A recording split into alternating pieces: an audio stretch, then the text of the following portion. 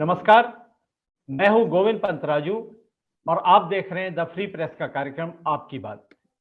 आपकी बात में आज हम बात करेंगे उत्तर प्रदेश के चुनावों की बात और उत्तर प्रदेश के चुनाव में भी इस वक्त जो राजनीति में अपराधीकरण का जो सवाल है, उस सवाल की बात।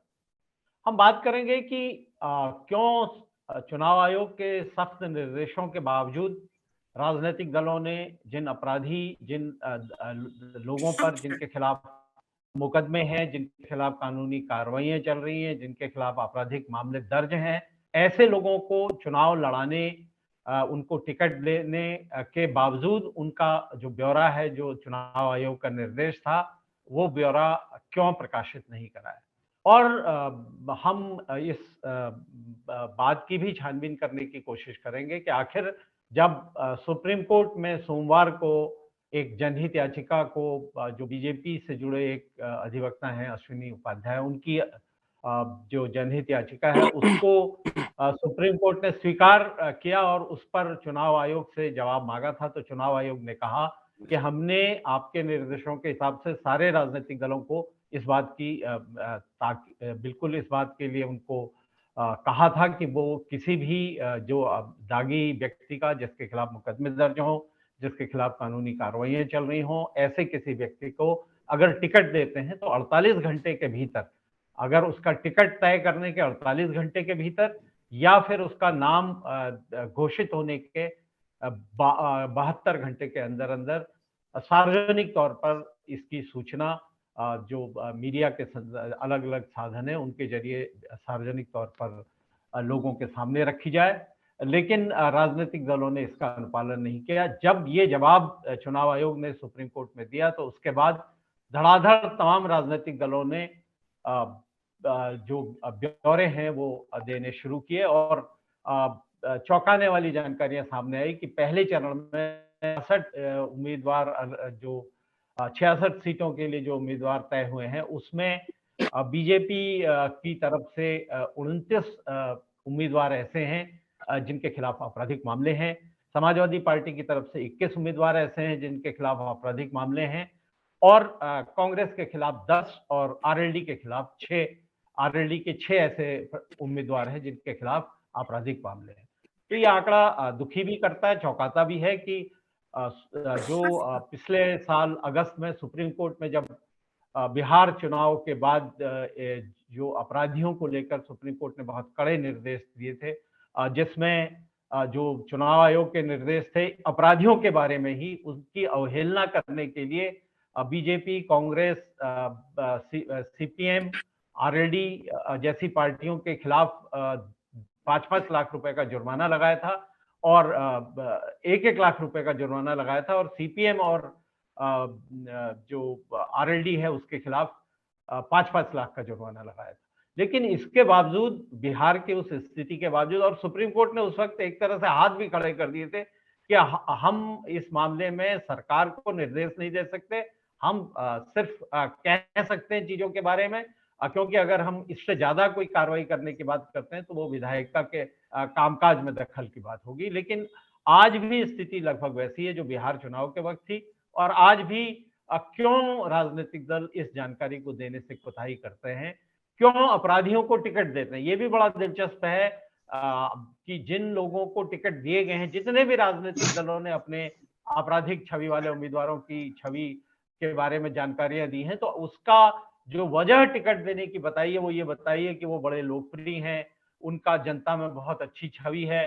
किसी ने कहा है कि वो इंजीनियर हैं, वो मनी लॉन्ड्रिंग के एक उम्मीदवार के बारे में मनी लॉन्ड्रिंग के आरोप जिसके खिलाफ है, समाजवादी पार्टी ने कहा है वो तो होटल मैनेजमेंट की उन्होंने शिक्षा ली है। इस तरह के बचकाने बहाने देकर राजनीतिक पार्टियों ने, चाहे वो बीजेपी हो, चाहे वो कांग्रेस हो, चाहे वो समाजवादी पार्टी हो, अपने अपने उम्मीदवारों का बचाव करने की भी कोशिश की। तो आखिर ये जो राजनीति में अपराधीकरण है, ये अब कितना हमारे पूरे जो राजनीतिक सिस्टम है उसको प्रभावित कर रहा है, कितना इसको रोकने की जो कोशिशें सुप्रीम कोर्ट और चुनाव आयोग की हैं वो असर दिखा पा रही हैं और जनता की तरफ से इसमें क्या किया जा सकता है, इन तमाम मुद्दों के बारे में बातचीत करने के लिए आज हमारे साथ मौजूद हैं वरिष्ठ पत्रकार शरद प्रधान, उत्तर प्रदेश में राज्यपाल के पूर्व सलाहकार और पूर्व न्यायाधीश CB पांडे साहब, उत्तर प्रदेश की नौकरशाही में भ्रष्टाचार के खिलाफ लड़ाई लड़ने का अनुभव रखने वाले और चुनाव आयोग की जो काम है उस कामकाज से भी बहुत करीबी परिचय रखने वाले पूर्व IAS अधिकारी VS पांडे जी, और सेना में, भारतीय सेना में कर्नल रहे और बहुत अच्छे लेखक कर्नल फसी अहमद जी। अब बातचीत की शुरुआत में सरज जी आपसे करना चाहता हूँ, ये जो पूरा घटनाक्रम है, हालांकि राजनीति में इस आज भी चर्चा कौन नया आया कौन नया गया इस पर ज्यादा है, लेकिन जो ये अपराधियों को राजनीति में लाने का सिलसिला है काफी, देखिए ऐसा है गोविंद कि ये जो है सिलसिला चला आ रहा है बहुत टाइम से। कांग्रेस ने, क्योंकि कांग्रेस शुरू में पावर में थी तो सबसे पहले उन्होंने इनको बढ़ावा दिया था, और एक स्टेज थी जब क्रिमिनल्स को लिया जाता था, और क्रिमिनल्स इसलिए उतावले रहते थे राजनीतिक जिंदगी में एंटर करने के लिए कि उन्हें किसी तरह की इम्यूनिटी मिल जाती थी कानून से, कि जितने दिन वो सरकार है उतने दिन उनके मजे रहते थे। फिर दूसरी पार्टी आती थी, फिर उसमें जाने लग गए। एक थोड़े दिन बाद, कुछ सालों बाद ऐसा समय आ गया कि क्रिमिनल को लगने लगा कि यार मैं इसका सहारा क्यों लूं। मैं पहले तो क्रिमिनल्स का सहारा लेते थे पॉलिटिकल पार्टी का, उसके लिए उनके जितने उल्टे सीधे काम होते थे वो करते थे। फिर उन्हें लगा कि हम अगर खुद ही नेता बन जाएं तो फिर हमें सहारे की जरूरत ही नहीं है। और फिर ये सिलसिला शुरू हो गया, और हर पॉलिटिकल पार्टी इस हमाम में नंगी है।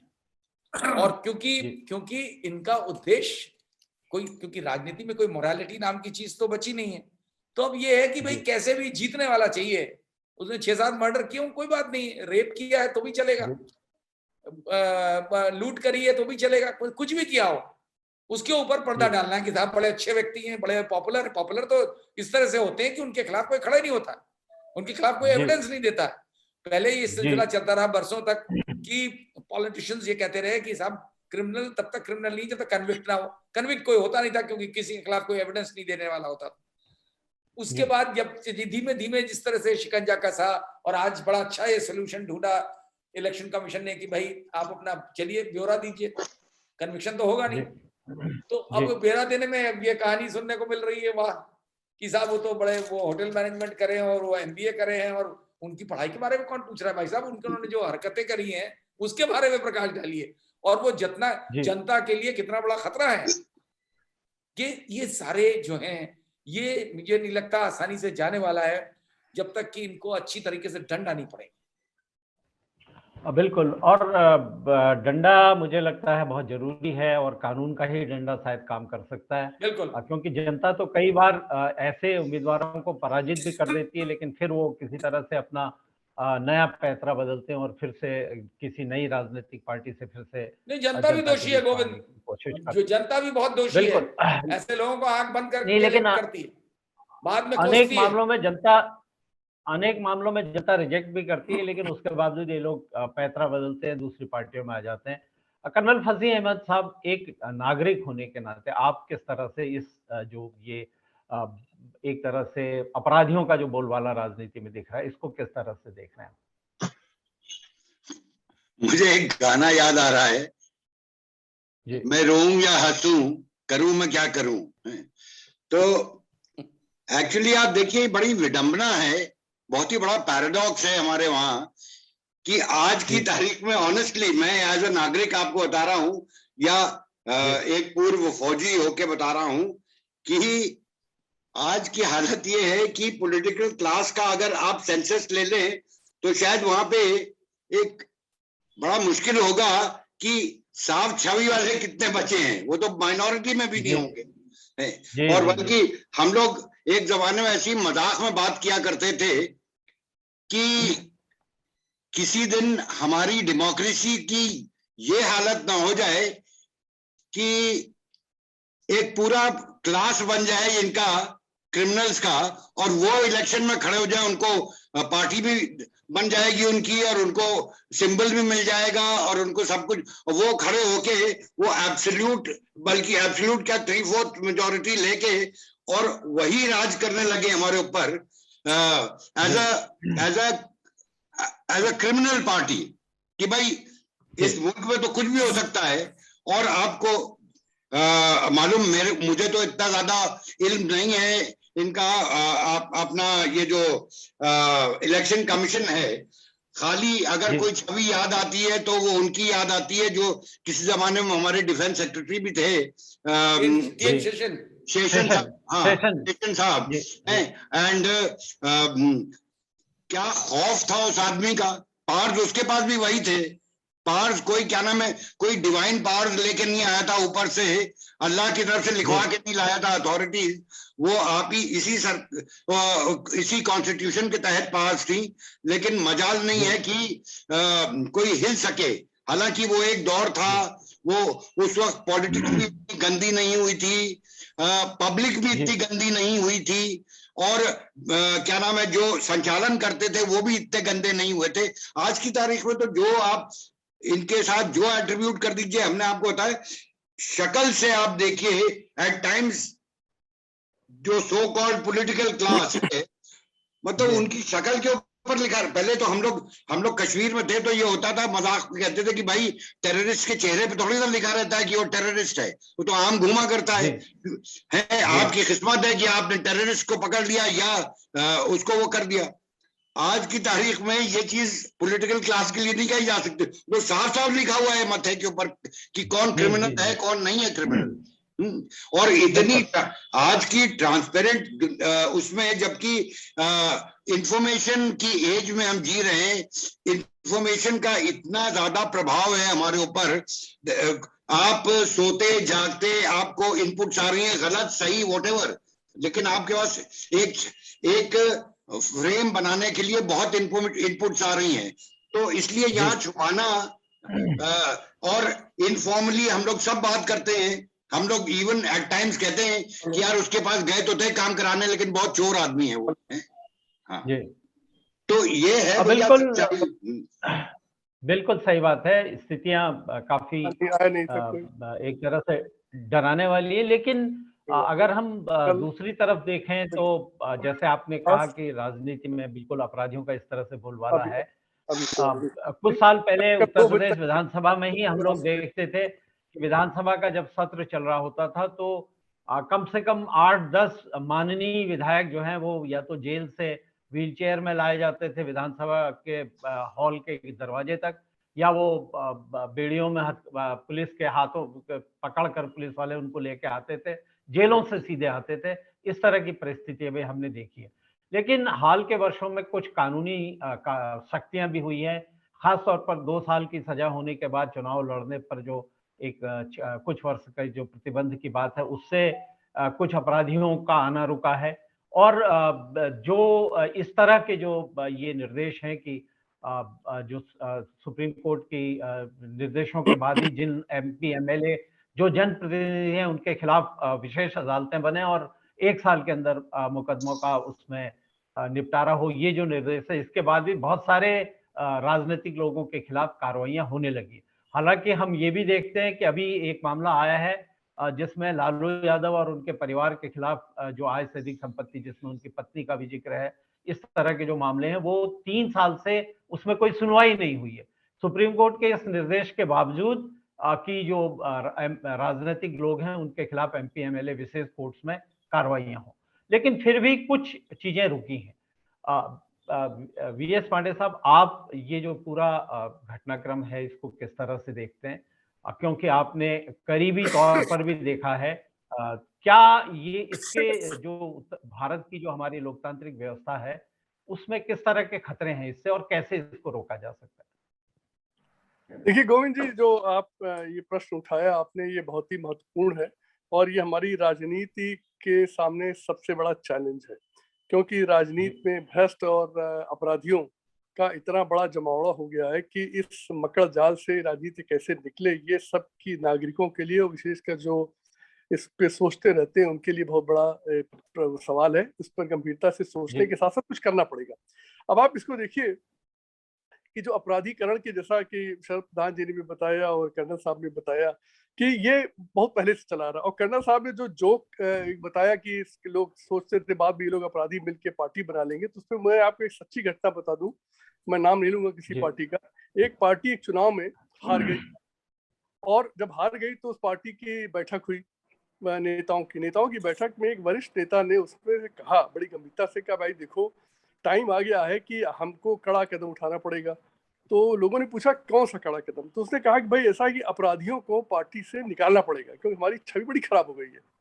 तो सारा सभागार ठाकों से भर गया। तो उसने मुड़ के पूछा हंसते की इसमें, तो दो चार लोगों ने खड़े कहा साहब अगर सारे अपराधियों को पार्टी से निकाल दोगे तो पार्टी में बचेगा कौन। तो ये स्थिति आ चुकी है, जो करना साहब जो हास्य के बारे में कह रहे थे वो आ चुकी है और आप सबको बिल्कुल।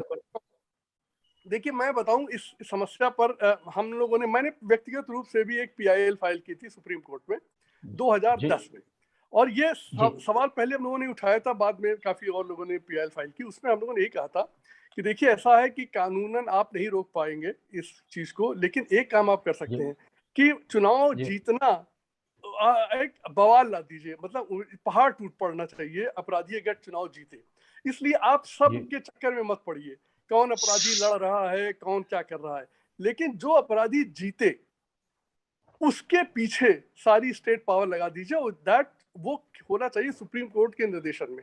क्योंकि देखिए सुप्रीम कोर्ट ये कह के बच नहीं सकती कि हम क्या करें, हम निर्देश नहीं, अरे भाई आप तो पॉलिसी बनवाते हो इसमें भी बनवा दो ना।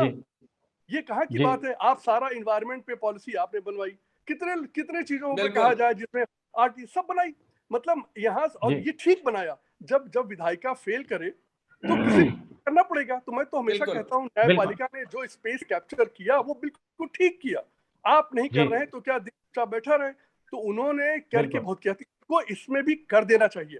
देखिए आज जनमत जो है वो विधायिका के भ्रष्ट और डकैतों के खिलाफ है, इसलिए देखिए न्यायालय भी जनमत से काम करता है। और ये कई जजेस, आप सुप्रीम कोर्ट के जजेस, चीफ जस्टिस पुराने कह चुके हैं कि देखिए हमें भी जनमत चाहिए, हमें भी लोगों का वो चाहिए, सपोर्ट चाहिए, तभी हम कुछ कर पाएंगे। तो आपको पता है कि जब सारे के सारा जनमत इसके खिलाफ है, अपराधियों के खिलाफ है और अपराधियों के राजनीति में घुसने के खिलाफ है, तो आप क्यों नहीं इसका प्रयोग करते। तो सबसे पहले तो मैं ये कहना चाहूंगा कि सुप्रीम कोर्ट को आगे आकर इसको एक कानून बना देना चाहिए। देखिए इसके बहुत पहलू, इस पर हमको जाने की जरूरत नहीं है। दूसरा जो प्रश्न ये है राजनीतिक दलों का, देखिए इनसे कोई अपेक्षा मत करिए, ये सब उस संडास में डूबे हुए हैं। और जैसा कि शरद जी भी कह रहे थे और कर्नल साहब ने कहा, ये वर्षों से चला रहा खेल, अब इनकी सांस बसती है अपराध और भ्रष्टाचार में। देखिए गोविंद जी, आप इस बात को इस तरह सोचिए कि कानून बनाने से राजनीति में अपराधीकरण कभी नहीं रुकेगा। क्यों? कानून बना हुआ है भ्रष्टाचार के खिलाफ, हर भ्रष्टाचारी को 7 साल की सजा होनी चाहिए, हर नेता भ्रष्ट है, सजा किसको मिली? तो अगर आप भ्रष्टाचार की सजा नहीं दे पा रहे हैं तो अपराधी को चुनाव लड़ाने की सजा कहां से दे पाएंगे? देखिए मैं हमेशा कहता हूं, मुझे दुख होता है कहते हुए, लेकिन मैं कहूंगा जिस देश में इंडियन पीनल कोड फेल हो जाए इम्प्लीमेंटेशन में, तो वहां ये सब कानून तो फेल होने तय है। चुनाव, ये जो पीपुल्स रिप्रेजेंटेशन एक्ट बड़ा कमजोर सा कानून है, और चुनाव आयोग के निर्देश का तो कोई लीगल वैल्यू वैसे भी नहीं है, क्योंकि ये सबऑर्डिनेट लेजिस्लेशन है। इनका तो कोई कल चैलेंज हो जाए कि आपने किस अधिकार में कहा, तो ये अधिकारी नहीं दिखा पाएंगे। तो गोविंद जी, ये समस्या हमारी ऐसी बन गई है कि अब हम लोगों के पास एक आध जो इंस्टीट्यूशन बचे हैं जैसे सुप्रीम कोर्ट, उसको हमकी तरफ देखना पड़ेगा। और दूसरा, जनता के को ये समझाना पड़ेगा। देखिए ये काम राजनीतिक दलों का, तो कोई राजनीतिक दल पैदा होना पड़ेगा जो इस बात को लेके जाए और कहे कि देखो ये बहुत डकैती हो रही है, ये अपराधी घुस गए हैं, अब बिना अपराध के राजनीति करो। मेरे ख्याल से 2 ही हल से बचते हैं। बिल्कुल हल हैं, चाहे वो 1-2 ही हैं, लेकिन उम्मीद की किरण है कहीं कहीं। ये जो ताजा मामला सुप्रीम कोर्ट से आया, ये वस्तुतः जो जनहित याचिका हुई थी वो हुई थी समाजवादी पार्टी के कैराना से जो उम्मीदवार थे नाहिद हसन, उनको जब समाजवादी पार्टी ने अपना टिकट उन्होंने जब नामांकन भी करा लिया, उसके बाद ये सिलसिला शुरू हुआ और जनहित याचिका दायर की गई कि जो उम्मीदवार है वो उसके खिलाफ गैंगस्टर एक्ट और कई गंभीर अपराध के मामले हैं, चल रहे हैं, और उसके बावजूद समाजवादी पार्टी ने उसको टिकट दे दिया और उसका जो विवरण है वो सार्वजनिक नहीं किया। तो समाजवादी पार्टी की मान्यता रद्द की जाए, ये इसी के साथ साथ बहुत सारे चुनाव सुधारों की भी मांग की गई थी। और ये कम से कम अच्छी बात है कि सर्वोच्च न्यायालय ने इसको स्वीकार कर लिया और कहा कि हम इस पर विचार करेंगे। इसको उन्होंने सुनवाई के लिए स्वीकार कर लिया। इसके बाद जब निर्वाचन आयोग से, चुनाव आयोग से उनका स्पष्टीकरण मांगा गया, तो उनकी तरफ से जो बात आई उसमें ये कहा गया कि हमने एक कानून मंत्रालय को पहले ही राजनीति में अपराधीकरण को रोकने के लिए एक अपना जो एक प्रस्ताव है वो भेजा है, और कानून मंत्रालय ने उस पर कोई कार्रवाई अभी तक की नहीं है। तो एक तरफ ये भी दिखता है कि भारतीय जनता पार्टी जैसी पार्टी जो नैतिकता की बात करती है और बहुत स्वच्छ राजनीति और स्वच्छ मूल्यों की बात करती है, वो भी केंद्र में सरकार होने के बावजूद इस बड़े मामले पर वो कानून मंत्रालय की चुप्पी वो भी परेशान करने वाली बात होती है। दूसरा, जो उम्मीदवारों की सूची बीजेपी की तरफ से आई जिनके उन्होंने आपराधिक रिकॉर्ड सार्वजनिक किए, उसमें ये कहा गया बाद में उनको टिकट क्यों दिया गया, तो उसकी वजह ये बताई गई कि साहब इनकी छवि बहुत अच्छी है, ये पढ़े लिखे हैं, और पार्टी क्योंकि हमारे निचले स्तर पर, जिला स्तर पर पार्टी नाम तय करती है और जिनका नाम सबसे ऊपर होता है उस पर फिर केंद्रीय उसकी मोहर लगती है। तो यानी कि एक तो ये पढ़े लिखे हैं, कोई डॉक्टर है, कोई इंजीनियर है, कोई डीएससी है, इस तरह की बात। और दूसरा ये कि इन पर जो मुकदमे हैं वो मुकदमे राजनीतिक वजहों से लगाए गए। तो ये एक बहुत अच्छा राजनेताओं का बहाना है कि जो भी अपराध का मामला हो वो ये कह दें। आप उत्तर प्रदेश में हमने बहुत राजनेताओं को, बहुत अपराधी राजनेताओं को ये बहुत लंबे वक्त से कहते सुना है कि हमारे खिलाफ फलानी सरकार ने लगाए थे, हमारे खिलाफ, हम जनहित के काम कर रहे थे इसलिए हमारे खिलाफ मुकदमे लगा दिए गए। सीबी पांडे साहब, एक कानूनविद होने के नाते इस समस्या का आप क्या समाधान देखते हैं और कैसे इसको क्रैक किया जा सकता है, कैसे इसको खत्म किया जा सकता है? जी देखिए, इस समस्या का जो मूल कारण है वो तो संविधान है। संविधान में तो आपने यह कहीं नहीं लिखा है कि कौन सा व्यक्ति जो है वह नहीं हो सकता है, मतलब कुछ जो ग्राउंड दिए वन साउंड माइंड और नागरिक न हो, ये तो बात टिकट नहीं मिलेगा, अपराधी हो टिकट नहीं मिलेगा, गुंडा हो, गैंगस्टर हो, उसको टिकट नहीं मिलेगा, ये संविधान में लिखा नहीं। अब उसके बाद रिप्रेजेंटेशन एक्ट में आपने व्यवस्था की, वो भी संविधान नहीं है। रिप्रेजेंटेशन में कि जो कन्विक्ट है 2 साल के, उन लोगों को डिस्क्वालीफाई, वो डिस्क्वालिफिकेशन में ऐड किया, क्योंकि संविधान में प्रोविजन है कि स्टेट गवर्नमेंट डिस्क्वालिफिकेशन के लिए प्रोविजन बना सकती। तो उस कॉन्स्टिट्यूशन, उस प्रोविजन के तहत में डिस्क्वालिफिकेशन के लिए उन्होंने बनाया। जब डिस्क्वालिफिकेशन में अगर जब तक इसको आप नहीं डालें तो सुप्रीम कोर्ट बैठ के अपना फरमान जारी करता रहा, कौन उसको पूछता है? अगर इसको आप मान लीजिए गुंडों दे देंगे टिकट, डिस्क्वालिफिकेशन है नहीं, आप गुंडों बदमाशों को अखबार में निकालेगा नहीं तो क्या कर लेंगे आप डिस्क्वालिफिकेशन है नहीं, चुनाव तो लड़ेगा ही। अब उसके जो करना हो आप करते रहिए, लेकिन वो डिस्क्वालीफाई तो नहीं हो सकता। तो अब वो अश्विनी पांडे आप पहुंच गए हैं कि राजनीतिक पार्टियों का ही चुनाव रद्द कर दिया जाए। अब जैसे सुप्रीम कोर्ट नहीं हो गया, पार्लियामेंट हो गया बैठ के कि अब वो डिस्क्वालिफिकेशन भी तय करेगा, सुप्रीम कोर्ट तय करेगा कि हम पार्टियों का रद्द कर दें एसोसिएशन। तो ये ऐसे नहीं, ये समाधान नहीं है। बहस ये होना चाहिए कि ये चीजें ऐसे लोगों को कैसे डिस्क्वालिफिकेशन के तहत लाना चाहिए, और जैसे डिस्क्वालिफिकेशन के तहत में आ जाएगा ये मक्खी बाहर हो जाएगा। जरा साहस करना पड़ेगा, और ये साहस करने के लिए हमारे पार्लियामेंटेरियन को, जनता को आगे आना पड़ेगा। हम बहस कर देते हैं लोग ये बदमाश ये वो नो हमें, लेकिन गुंडे बदमाश जब तक चुने जाते रहेंगे तब तक पार्टियों को देती रहेंगे, जब तक कि पार्लियामेंट उसको डिस्क्वालीफाई नहीं कर पाए। तो जहाँ देखिए हमारे देश में बहुत सारी फालतू चीजें होती रहती हैं, सुप्रीम कोर्ट भी बहुत काम फालतू करता रहता है, हमारे हम तमाम बुद्धिजीवी भी बहुत फालतू बहस करते रहते हैं, बिना समझे बुझे कि मामला कहाँ है, जड़ कहाँ है, वहां बहस नहीं करते हैं, और पार्टियां उसका इस्तेमाल करती रहती है। तो ये चीजों पर नहीं, चीजों को ये बहुत गहरा मामला है। देखिए अगर हम आप जितने पढ़े लिखे लोग, कायदे के लोग हैं, जो समाज को बारे में सोचते हैं, चिंतन करते हैं, तो उनको तो जनता सपोर्ट करेगी नहीं, उनको तो टिकट मिलेगा नहीं, और उनको कुछ पार्टियां उनको चाहिए नहीं, और उनको चाहिए उन्हीं लोगों को जो कि जैसे आप हम लोग 50 किताब लिख दें विद्वता पर, हमको जिले के लोग नहीं जानेंगे, मोहल्ले के लोग नहीं जानेंगे, और एक मामूली अनपढ़ आदमी एक मर्डर कर दे, रातों रात मीडिया उसको दिखाया कि ये मर्डर पूरा देश भर का नायक बन जाता है, ये बड़ा भारी मर्डर कर दिया, अगर किसी नेता दिया तो तो फेमस हो जाता, तो फेमस जो हो जाता है तो उसके जनता उसके पीछे लग जाती है कि भाई ये अच्छा है, फिर उसके बुरा। वो नई बात है कि एक हमारी मानसिकता हो गई है कि तो बहुत सारे हमारे पास लोग कहते हैं साहब हम लोग देते इसलिए है गुंडों बदमाशों को कि हमारी जब मुश्किल होगी तो हमारे साथ भले उन्होंने खड़ा हो, लेकिन हम लोग को बल ये रहता है कि मेरा गुंडा मेरे साथ है, उसको फोन कर देंगे तो वो पुलिस में फोन कर। ये बहुत बड़ी ताकत आम पब्लिक में, पुलिस भी उसी की सुनेगी। पुलिस को भरोसा नहीं है, बिल्कुल बिल्कुल भरोसा है। लेकिन जिस तरह से घटनाक्रम हुआ है, खास तौर पर इस अभी के इस जो ये 5 राज्यों के जो चुनाव हो रहे हैं, इसमें कम से कम जो सुप्रीम कोर्ट में मामला गया उसके बाद कई चीजें, उसका जो एक तरह से अभी तो अदालत ने स्वीकार किया है, अभी आगे फैसला कब तक होगा ये कहा गया कि इस चुनाव की जो प्रक्रिया है इसके पूरा होने से पहले इस पर फैसला आ जाए।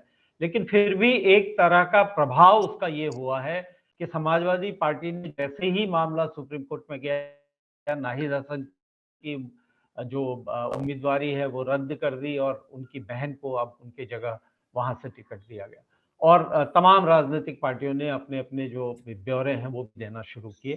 शरद जी, जो एक बात यहाँ पर आई कि इसमें जो जनता है, जनता का भी एक प्रभाव हो सकता है इन चीजों को बदलने के लिए। हमने देखा कई मामलों में, पिछले चुनाव में हमने देखा कई जगह जो आपराधिक छवि के बहुत माफिया किस्म के उम्मीदवार थे वो हारे भी, और कई जगह राजनीतिक पार्टियों ने उनको टिकट देने में भी संकोच दिखाया। इस बार भी ऐसा दिख रहा है। जनता किस तरह से इसको दबाव बना सकती है, क्या देखिए, जनता जो है, एक प्रोविजन जब से इलेक्शन में ये आ गया है कि नोटा, अगर जनता इस नोटा का जो अभी बड़ा कम इस्तेमाल होता है, लेकिन इसमें जनता की सोच बदलनी पड़ेगी, बड़ा लंबा प्रोसेस है।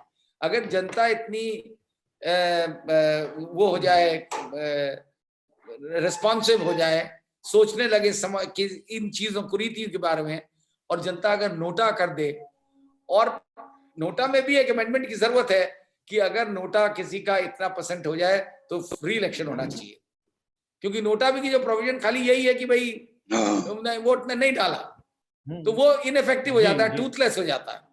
तो अगर वो हो और साथ में दंडाधम नोटा करे, तब उसका मुझे लगता है अभी इसमें और समय लगेगा, क्योंकि पॉलिटिकल विल तो देखिए है नहीं इसको करने की। कोई पॉलिटिकल पार्टी की पार्टियां जो 3/4 मेजॉरिटी के साथ आती हैं, कम से कम उनसे उम्मीद की जाती है, स्पेशली जब वो छवि की बात करते हैं, क्लीन गवर्नेंस की बात करते हैं, जैसे कि आज की सरकार जो है बहुत ज्यादा इन बातों को करती रही है कि भाई इनसे ज्यादा साफ सुथरा कोई है ही नहीं, कोई पैदा ही नहीं हुआ अभी तक हिंदुस्तान में। तो ऐसी पार्टी और पूरी मेजॉरिटी इनके साथ, कई इन्होंने अमेंडमेंट्स करे हैं जो इनको सूट करते हैं पॉलिटिकली। तो समाज को सुधारने के लिए, इलेक्शन प्रोसेस सुधारने के लिए क्यों नहीं करते, ये सवाल पूछने वाला है बिल्कुल आज की रूलिंग डिस्पेंसेशन से कि आप क्यों नहीं करते।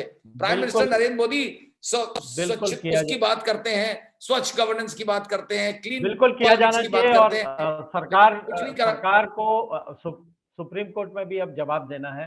फजी अहमद साहब, आप कैसे देखते हैं, कैसे सुधार हो सकता है, बहुत संक्षेप में?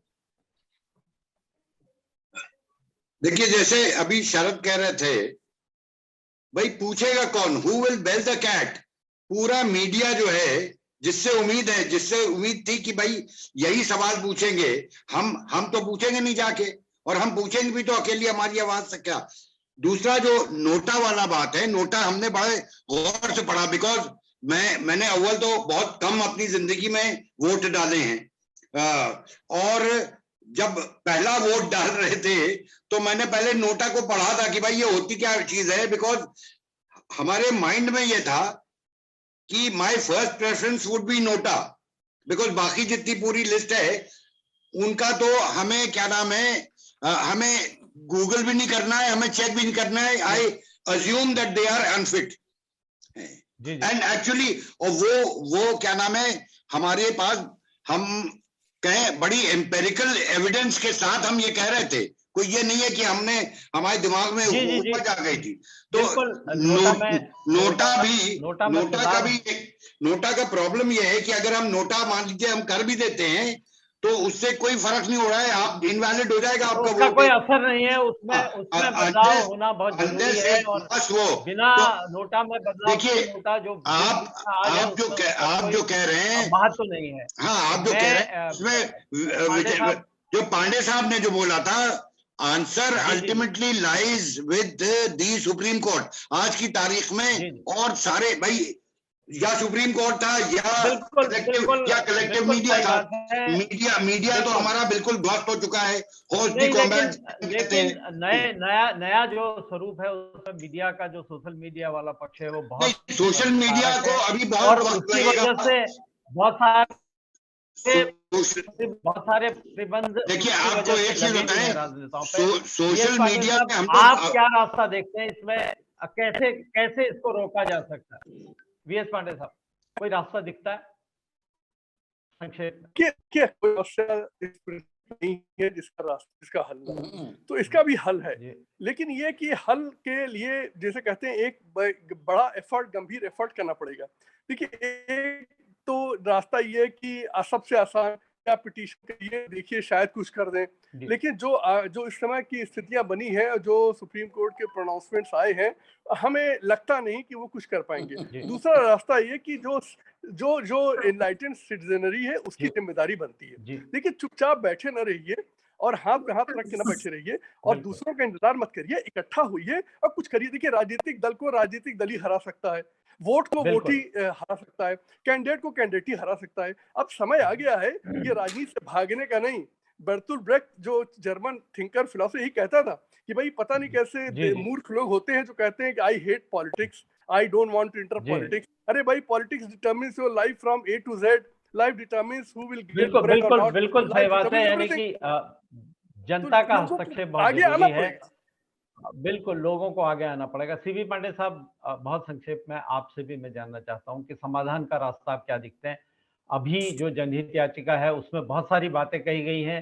चुनाव आयोग ने भी जो वो अपना जो उसमें जवाब दिया है अभी तक, उसमें कहा है कि हम चाहते हैं बिल्कुल राजनीति से अपराधीकरण रुक जाए। क्या रास्ता दिखता है बहुत संक्षेप में? देखिए, ये जैसे जब तक उनको रोक तो नहीं पाएंगे, जब तक कि कानून में बदलाव नहीं होगा तो कानून से बदल। हम ये कहते हैं कि वर्तमान परिस्थितियों में आखिर में समाज में एक सिटीजन फोरम भी तो होता है। सिटीजन फोरम हर चुनाव में जारी करे कि इतने अपराधी हैं और हम अपील करते हैं कि इनको वोट मत दीजिए। ठीक है, जैसे नोटा आया इसलिए आया नोटा नहीं कि कुछ लोग उसके खिलाफ हो।